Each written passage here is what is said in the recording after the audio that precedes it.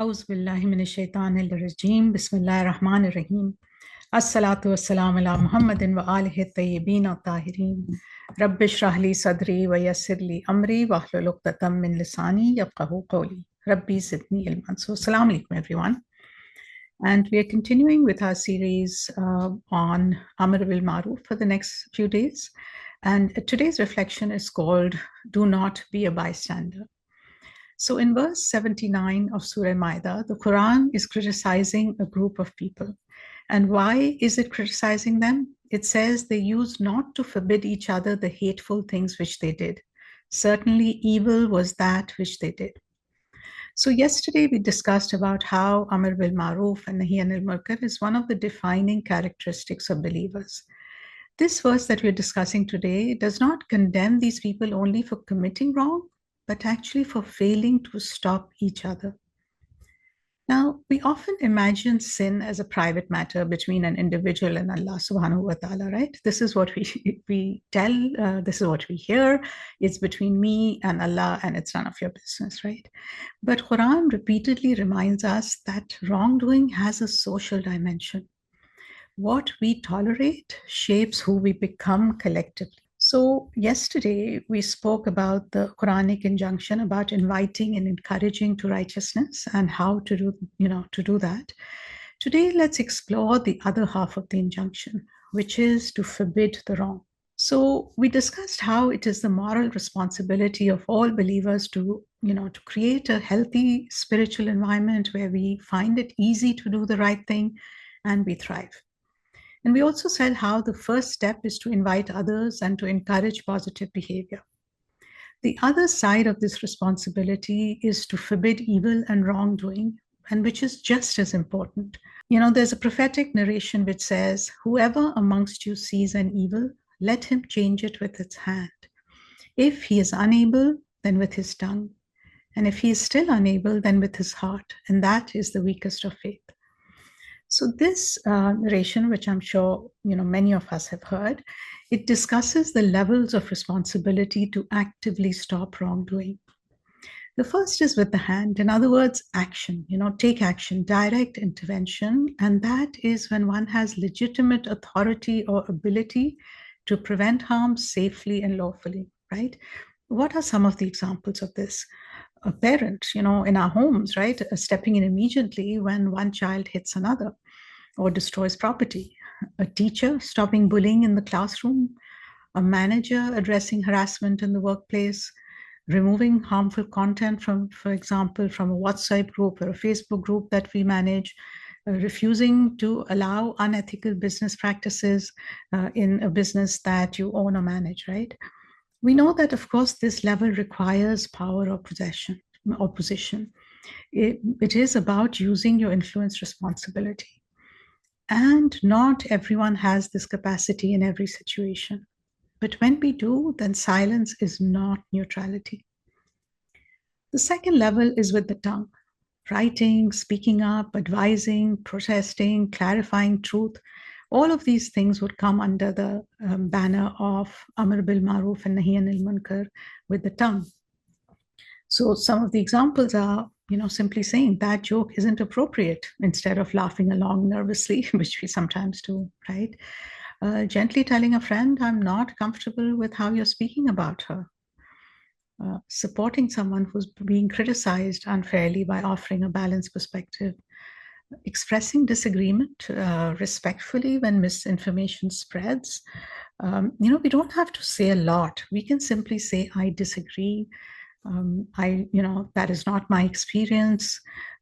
And it's good if we practice some phrases, when we find ourselves in positions like this.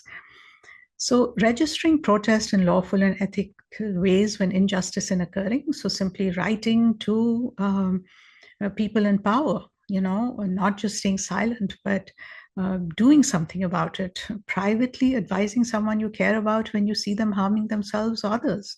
And this, of course, depends on the relationship you have with them, right? Now, this level, requires courage and also wisdom and tone. And it's about signaling that the standard still exists, that you are not subscribing to having no standards, right? And we will talk more about this in a day or so. And to remind ourselves that, even a single voice can shift the atmosphere in the room.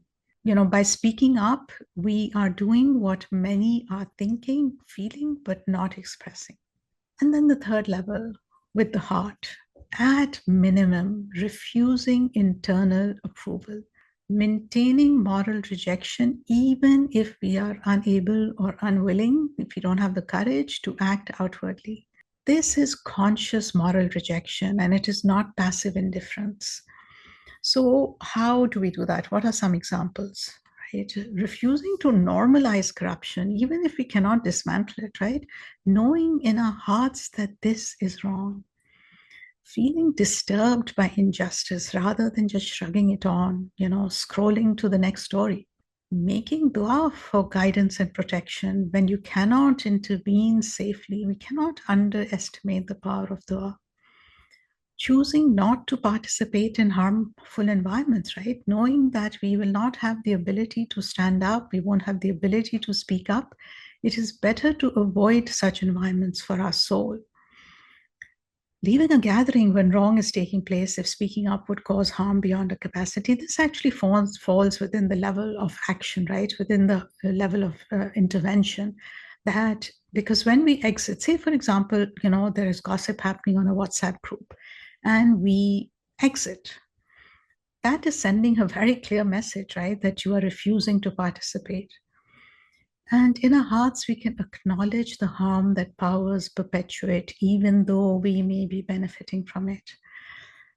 This is very uncomfortable, right? And it is something that is that we are forced to reckon with these days, right?